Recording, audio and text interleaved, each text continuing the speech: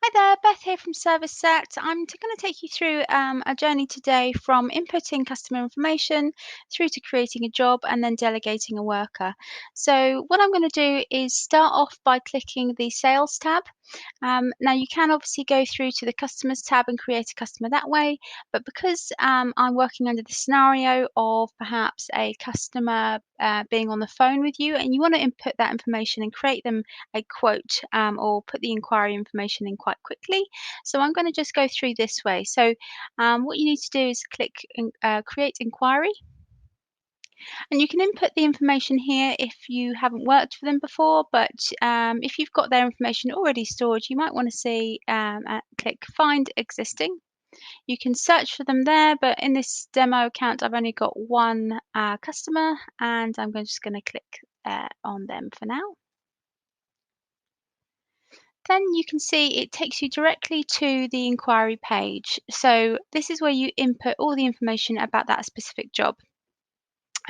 First of all, it will ask you about the address and ask you whether the job location is the same as the invoice address. For this demonstration, I'm just going to click same as invoice. Then you're going to input the times for the job. So I'm going to put 4 p.m. to 8 p.m. So it's a 4-hour job. It's going to be a one-off job, but if you wanted to make it into a recurring, all you do is simply click the box here and choose the day and the frequency. So every week, every 2 weeks, every 3 weeks, or every month. You can then click the job details. This is where you put all the information in about the job, any notes, anything specific that the customer has asked you to do.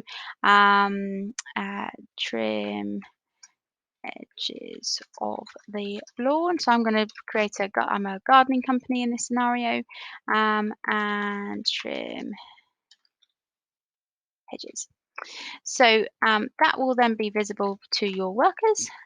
So anything quirky about the job or anything unique at all is always a good idea to pop it in here as well.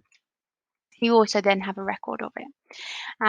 Then I'm going to choose only one worker for this job. You can obviously choose more than one, and the required skill is just domestic gardening. So you want to choose a worker with that specific skill. And then the description of the actual job itself, domestic, lawn and hedge.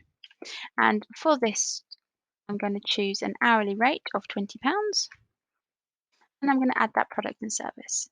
So straight away there, it calculates the price for you, and you can add as many descriptions of the job there as well. So you might want to charge, travel. And I'm not going to charge an hourly rate for travel. I'm just going to charge a one-off rate of £11 for travel. Okay, so it will automatically calculate that for you. And then you've got the invoice summary. So you might want to offer the customer a discount. They may have not used your service before, so you might want to offer them a 10% discount. And you can also input there any deposit that may have been taken. So I'm not going to put any deposit there. And it will automatically calculate £81.90 for the invoice. You can also obviously put in there your VAT or any other tax information earlier on in the process, but that will just give you the overall cost before tax. So then you can put into any documentation relating to that job. So if you have a contract specific to that job, you might want to pop it in there, or any pictures or anything else like that. Notes you can also pop in here. So I'm going to put in new or returning customer discount, just so you've got a bit of a note for that. Or you can put whatever you want in there, so it's completely up to you. And then once you've done that, you can see who's put the note, when they've done it, and obviously the note itself. So once you've completed the inquiry, you might want to just save it into your current inquiries list if the customer hasn't kind of given you the go ahead. But if they're happy to go ahead, you might just want to convert directly to a sale. Now, once it's into a sale, it will convert into sales details at the top there. And then what you want to do is perhaps invite some workers to the job. So I'm just going to go show you that. So here's the job here, 86664. You've got John Smith, 7th of May. And what you want to do is just either you can delegate or invite workers to all of these jobs, but I'm just going to click on this one for now and choose workers. And you've got different options here. You can choose within certain areas, certain availability, or choose specific workers if you so wish.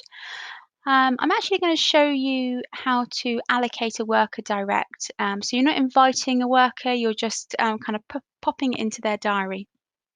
So what you want to do is go into the job details, go down, allocate a worker, and then choose from your worker list. And now I'm going to choose myself for this job and then click confirm.